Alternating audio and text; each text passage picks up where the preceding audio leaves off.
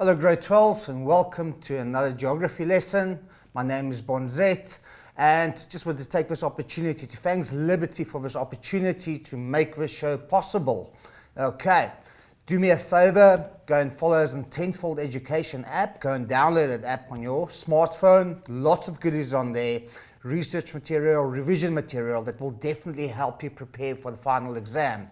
And then go on YouTube, give us a like on our Mindset Learn channel. Once again, many episodes over there that can help you with revision for your final exam. Okay, so today we're going to concentrate on some of the questions that you guys struggle in, especially during the preliminary exam and final exam. Okay, and after marking my own learners papers and what I've seen in the final exams, these are the type of questions that you tend to struggle the most. Okay, and I'm going to use a couple of examples, and what I've done is also collected some questions so we can differentiate between these two topics. And the first one I want to discuss with you is mid-latitude cyclones, but in context, occlusion. Okay, when we look at the occluded stage. Now, first and foremost, right, when we look at mid-latitude cyclones,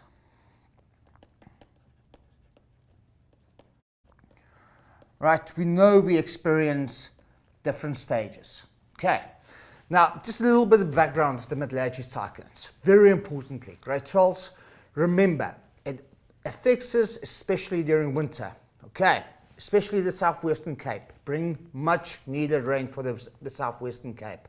Okay, mid-latitude cyclones, it's a low pressure system because it's a cyclone. Okay, but this low pressure system, we know, what do we know about low pressure system? It's rising air. Now this rising air, the formation of it is because cold air forces the warm air to rise.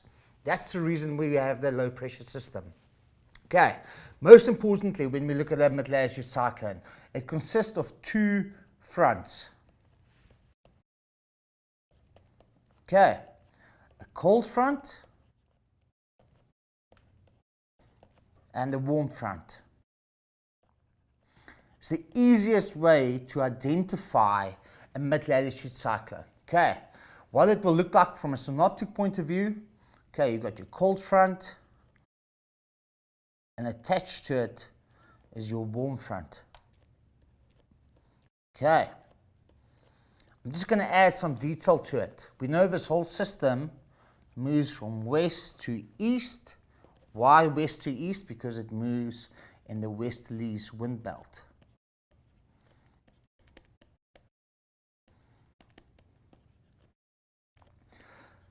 But I want to discuss with you, that's it, is the occluded stage. So we got the formation stage, the initial stage, that happens roughly between 40 and 60 degrees latitude.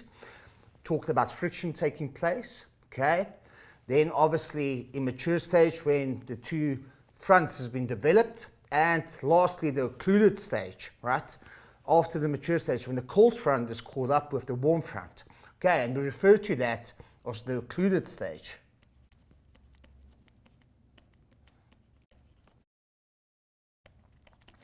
Now, from a synoptic point of view, right, if we look at the occluded stage, it's when the cold front is caught up with the warm front. Okay, the in-between. So the cold air has intercepted the warm air completely. But we have two different occluded fronts. We have a cold front occlusion and a warm front occlusion. Now, I've picked up that there's some confusion between the two of them when this question is being asked in the question paper. So first of all, let's quickly have a look at the cold front occlusion. When we look at the cold front occlusion,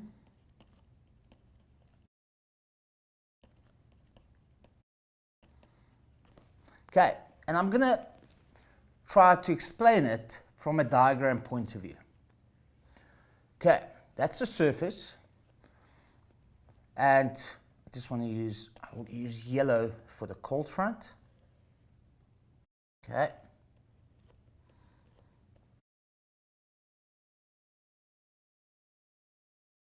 I'll use red for the warm front.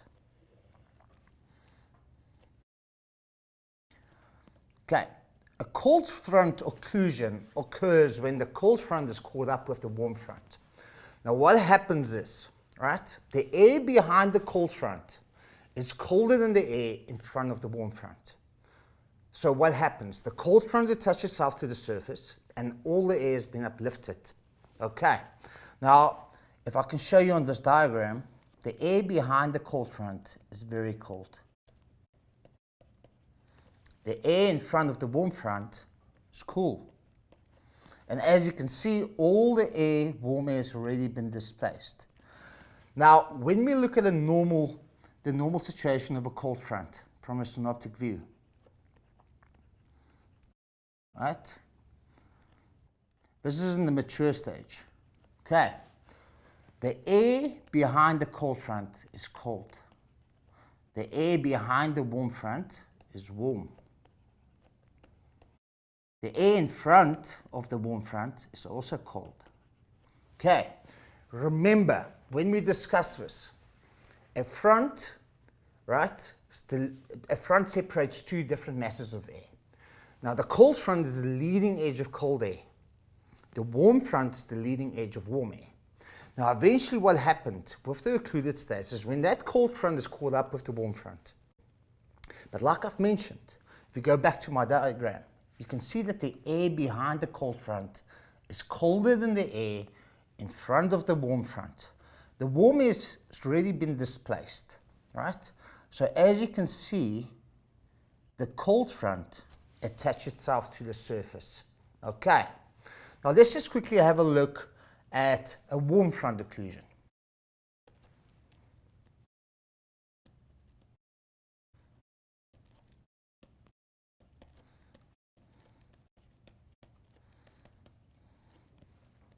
Okay, same scenario, the occluded stage is taking place.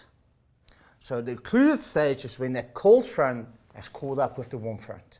Okay, but once again, we have different masses of air with different temperature. Okay, in this case, if I can draw a cross section through a warm front occlusion,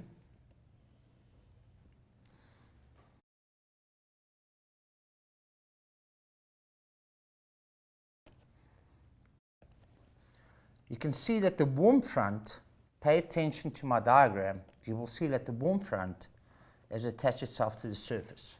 The simple reason why is because the air behind the cold front is cool, the air in front of the warm front is very cold. And because it's the occluded stage, all the warm air has already been displaced upwards. Right? So when we look at this, right, with a warm front occlusion, the air in front of the warm front is colder than the air behind the cold front. So the warm front attaches itself to the surface. Okay, very similar, think of it. You know, the coldest air will be closest to the surface. Okay, think of a swimming pool. When you jump into a swimming pool, the coldest water is closest to the bottom of the swimming pool. Okay, same scenario when it comes to air. You will find your coldest air closest to the surface.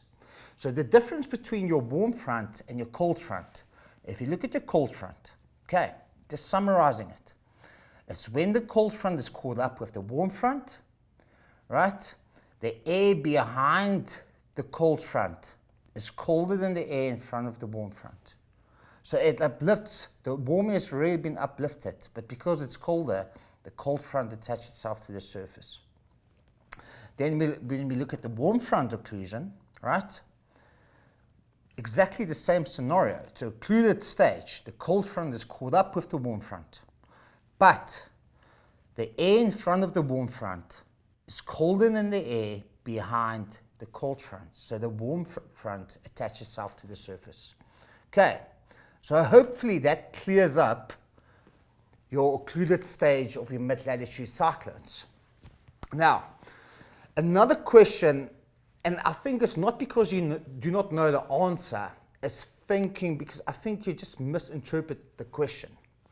The question usually is in section A in paper 1, when they ask in a paragraph in approximately 8 lines, explain the effects of a mid-latitude cyclone on the specific area. But grade 12s, if I can just mention it to you, please look at the question carefully, right? It might be positive and it might be negative. But being one thing, being a geography student, we need to look at the following 3 facts or points. Impacts: environmental, social, and economical. We need to focus on the impact a mid-latitude cyclone will have, especially in the southwestern Cape, because it brings rain during the winter season.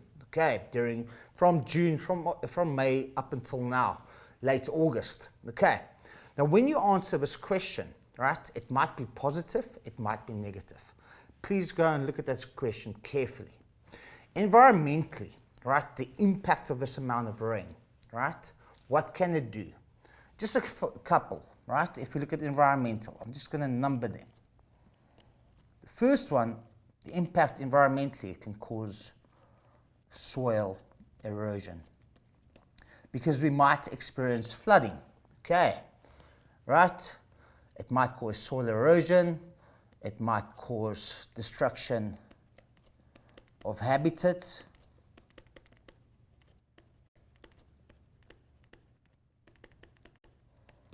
Because we experience a huge amount of rain over a period of time. Okay, so environmentally, on a negative impact, it can have soil erosion, right, and destruction of habitats. Okay, positive, right, precipitation, much needed. Okay, precipitation fertilizes the soil.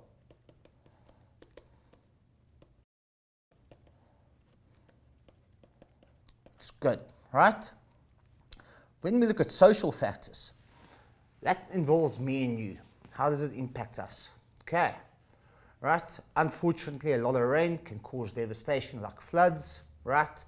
Might mean loss of life, damage to infrastructure, housing, right? Especially people in informal settlements can have a negative effect on it, right? With these floods, it might create food insecurity, right?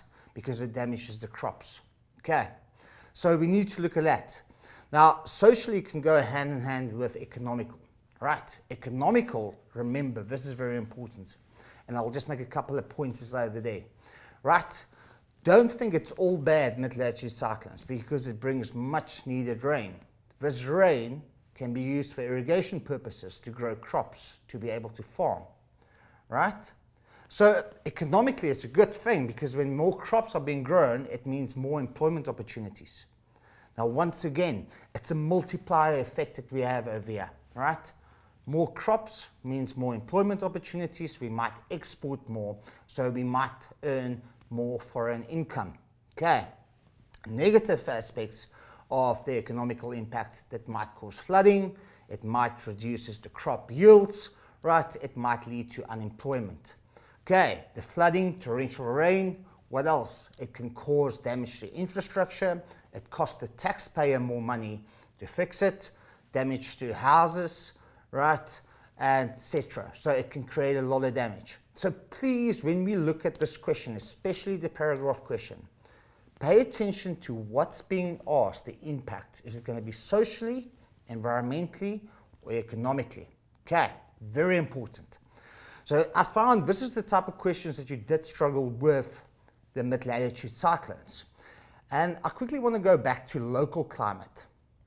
And I've used a couple of examples that I want to discuss with you. Now, I found that the learners tend to struggle between the difference between pollution domes and urban heat islands. Okay, and I'm going to quickly explain the difference to you by looking at a couple of questions.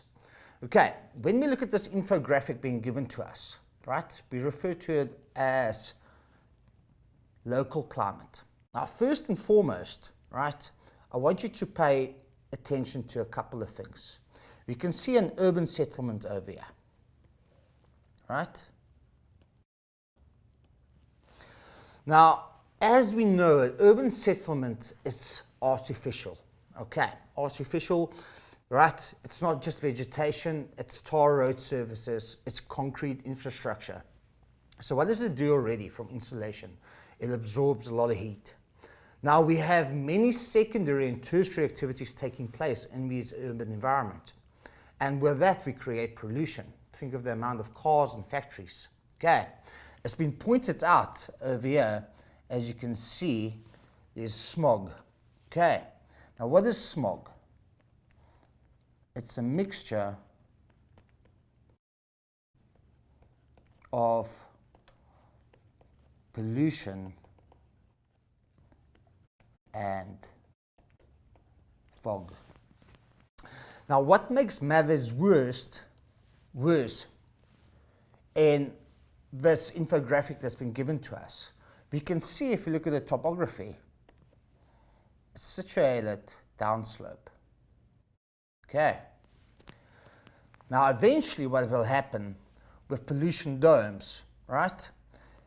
What happens with pollution, right? It's carbon dioxide, it's carbon emissions, it rises. But especially during winter, as you know, we have the Kalahari high pressure system over the interior of southern Africa.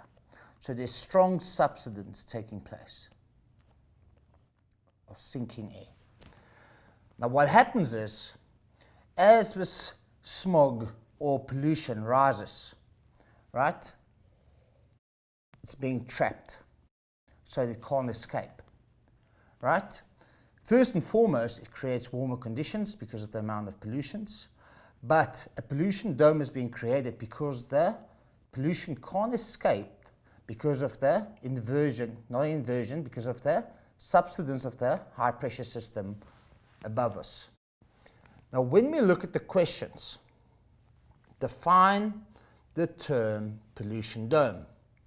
Now it's a mass of polluted air that is trapped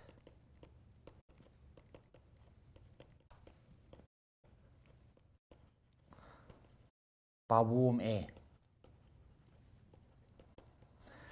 Now, especially, like I've mentioned, I've pointed out, as you can see, this urban settlement is situated inside the valley. Okay, if you look at the topography.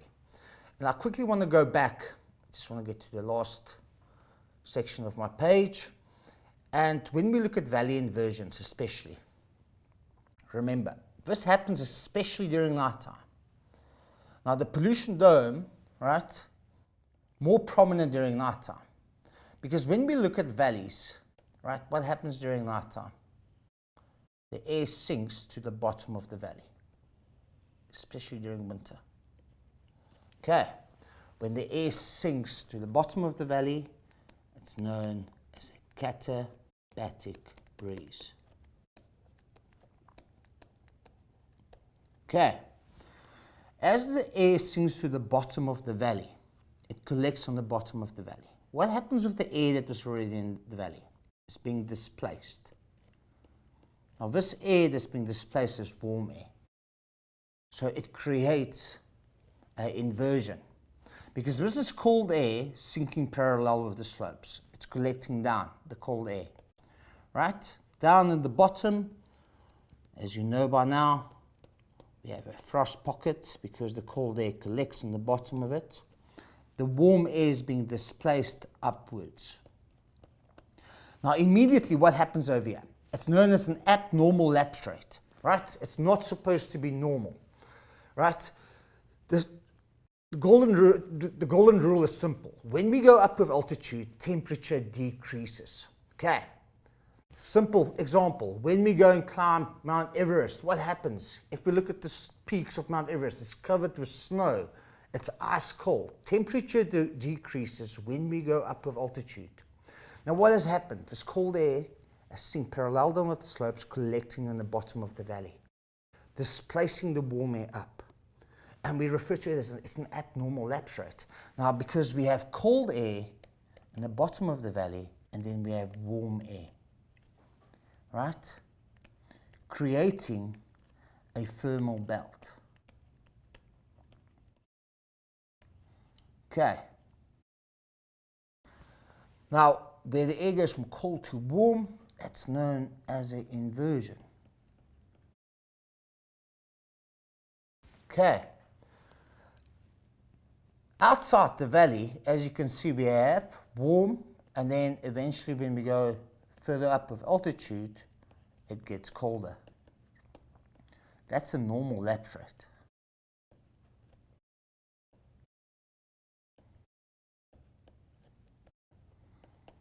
Okay, that's a normal lapse rate. Now, especially like our diagram showed us, we got an urban settlement, right, down here in the bottom. We have huge amount of secondary and tertiary activities, congestion, traffic, okay, factories, right, light industries, creating a huge amount of pollution. So what happens, right? Obviously, it's warm air, warm pollution, right? The pollution arises, but what happens now? It gets stuck below the inversion because it can't escape, creating a pollution dome. Okay, and most of the time, smog are being experienced. Going back to our questions, just to understand this topic a little bit better. If you look at the next question, right? State two factors visible in the sketch that contribute to the formation of the pollution dome.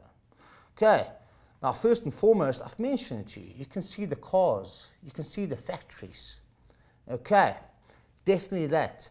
And because of the valley, right? That's a physical factor, right? So we can just mention over here cars and factories. And we can mention the physical factor is the topography because it's a valley around it. Okay. If you look at question 1.3, give the term for the combination of smoke and fog that developed above the city. We've already mentioned that. That is smog.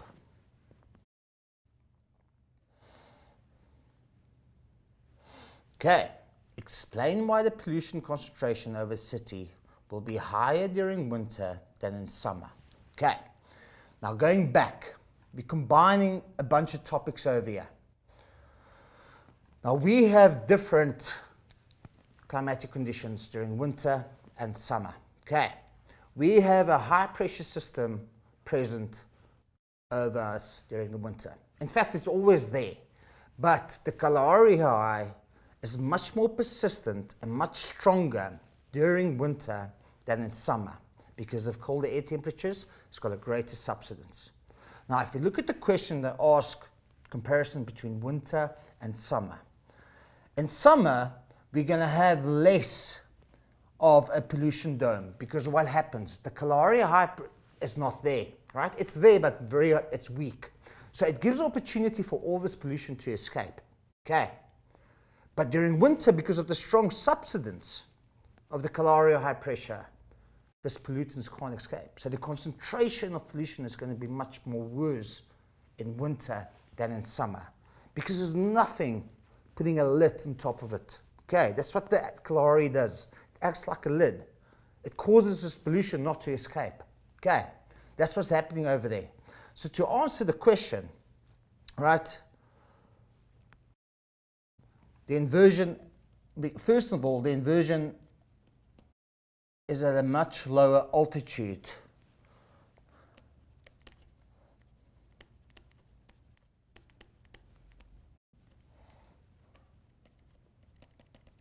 During the winter, because of the strong subsidence. We can mention that it's greater subsidence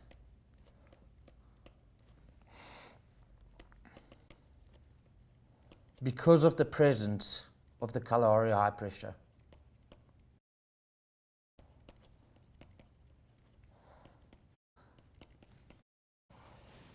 Okay,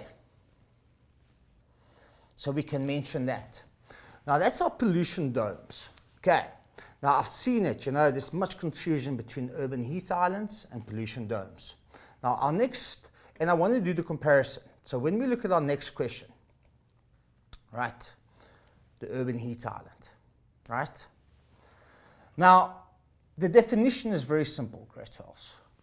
And they tend to ask it in every single question paper because we're dealing with two. Now, when we look at paper 2, we're going to discuss this a little bit later, right? When we look at settlement geography, right? And I'm going to differentiate it for you because we need to look at the importance, the difference between the two of them. We refer to an urban area over here, right? But do we compare an urban area to a rural area? Okay, a rural area, which I will focus on in the next lesson. We're going to look at rural areas, focus on primary activities. Whereas urban areas, we focus on secondary, tertiary, and quaternary activities. Now, it's a very simple definition for urban heat island. Straightforward. It's when the urban area experiencing warmer temperatures than the surrounding rural area. Okay. If you think of urban areas, think of towns, major metropolitan areas, cities. Okay.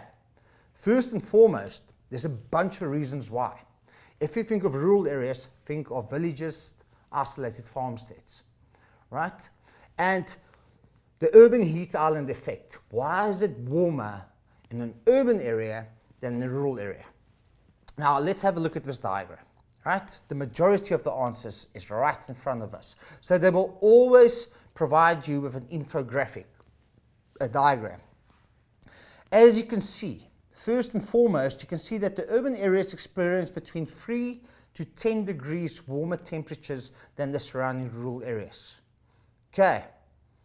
They've mentioned over here at rural areas more plant transpiration and water evaporation from the soil. Okay. So it has a cooling effect. First and foremost, pay attention. There's more plant, there's more vegetation that we find in rural settlements than in urban settlements. Okay, more vegetation, trees, plants. There's more open water surfaces in rural areas than in urban areas. Think of dams and rivers. Think you being a farmer, right? The single most important thing for you is to have access and be close to water. Water has a cooling effect on the surrounding areas. Okay, vitally important. So they've mentioned over here, right? More plant transpiration, water evaporation from the soil. Most importantly, the majority, as you can see in the rural areas, is vegetation. So it promotes infiltration. The water rather infiltrates. Okay. Underground runoff, indirect runoff, like we discussed in geomorphology. Okay. But now we're moving to B, urban heat islands. Look at the buildings. Right, it's artificial, right? It's made of glass. It's made of concrete. Okay, same as with the pollution dome. Much more pollution, right? There's traffic, congestion. There is factories creating artificial heat. You don't see as much vegetation like in rural areas. The surface is covered with what? Pavement, tar road surfaces. Now, very importantly, down here they've mentioned less water penetrates the ground. It creates surface runoff. It goes into our sewage systems and our gutter systems, right? Drainage systems. The water runs off immediately, right? There's no time for the water to infiltrate. Okay, so because of all of these factors, right? Because there's so much more absorption taking place, right? And there's less friction as well. Okay, apologies, there's more friction over urban areas than in rural areas. It creates warmer temperatures. Okay, it goes hand in hand with pollution domes, but there's a big difference between the two, because the one we're talking about pollution, right, and how it's being trapped, especially during winter and summer, whereas we looked at the effect of urban heat islands, right, and what causes it. Now, if we look at 2.1, I'm just going to use a couple of questions as an example, right? Which diagram between diagram A or B shows an urban landscape? That's very simple to identify. It's B because you can see the high-rise buildings. We can even identify that because we've been through the syllabus and we've done settlement geography, we can identify this area as the CBD, the Central Business District. We've got skyscrapers situated over there. Okay, so definitely B. Okay, define the concept urban heat island, right? Like I've mentioned. Okay, it's urban areas experiencing warmer temperatures or higher temperatures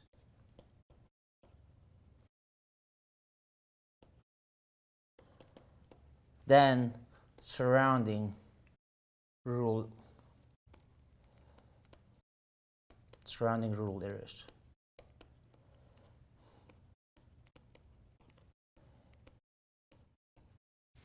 Okay. Now, like I've discussed, I'm going to write it down. Why is it more heat absorbed and retained in diagram B? Because we look at artificial surfaces. We've got glass, where reflection takes place. We have more dust particles. We have more polluted particles, right? Where the heat attaches itself to it. There's less vegetation. There's less open water surfaces. So any one of those are a reason why the urban area experiences warmer temperatures. Okay. If we look at question 2.4, in comparison with the rural areas, discuss the role played by artificial surface materials in the development of urban heat islands. Now, I've mentioned to you, right, in comparison, so you just go to your school, and I'm just going to explain it to you, right? Let's just assume, take this as an example, it's a very, very hot day. We experience temperatures up to 36, 37 degrees Celsius. And the bell goes for break time. Okay, where are you going to spend your time? On the quad, right? Where you do your assemblies in the morning, right? That's covered with concrete. Or you're rather going to spend your break on the grass, below some trees, underneath some trees, right? Which areas can experience the warmest temperatures? Obviously the quad, because what does the quad do? What does the concrete do? It absorbs. Okay. So the simple reason these artificial surfaces, it reflects and absorbs more insulation, right? Creating warmer temperatures. Okay. Now if we look at the last question over here, suggest strategies to be implemented by a city planner to reduce the temperatures in the heat island. Now they tend to love this question. If you look at the mark allocation, they can even ask you this in a paragraph question. Now what can we do, right? Being a geographist, right? We need to think green, right? We need to think sustainable. Now what can we do to reduce this effect of urban heat islands? Okay, first and foremost, right? Plant more vegetation. And I'm going to write it down. And I'm going to use a bunch of examples over here. Plant more vegetation.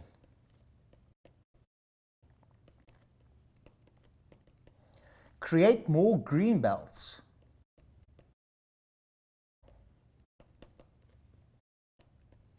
Okay, green belts is your parks. For instance, in Johannesburg, you look at Emerensha Park, Zoo Lake. Okay, so these parks, so people can enjoy it for recreational purposes. Very importantly, it will have a cooling effect on the urban environment. Now, another reason we can think of reduce, reuse, recycle, but when we think of it, we need to be sustainable, right? More eco-friendly ways of traveling, right? Bicycle transportation, bicycle lanes. Okay. Or we can use public transport.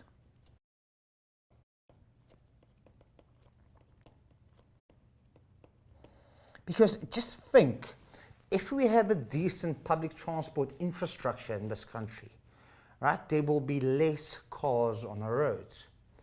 Now the cars causes congestion, right, it causes pollution, that increases the urban temperature. Okay, so if we use bicycles instead, right, with bicycle lanes, right, that combustion of carbon dioxide will be much less, reducing temperature as well as pollution. So if we look at this, how can we reduce pollution domes as well? Same question, right? Basically, different questions but same answers, right? Using public transport as an example. Okay, more open water surfaces as an example.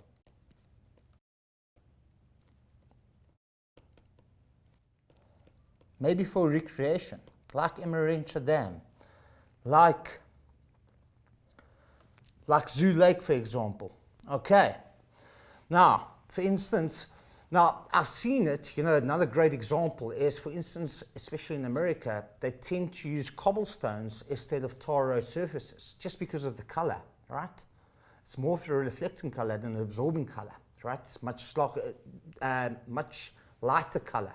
So instead of using cobblestones than tar road surfaces, okay, that will reduce the amount of heat that's being absorbed. So what can we write here? Different types of material, different material for roads.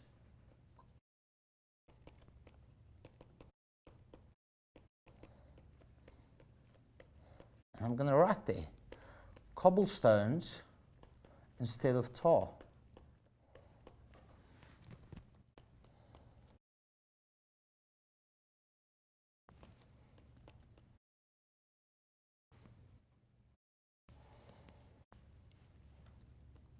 And especially in the CBD, my last point that I try to do, especially with the high-rise buildings, create green rooftops. Okay.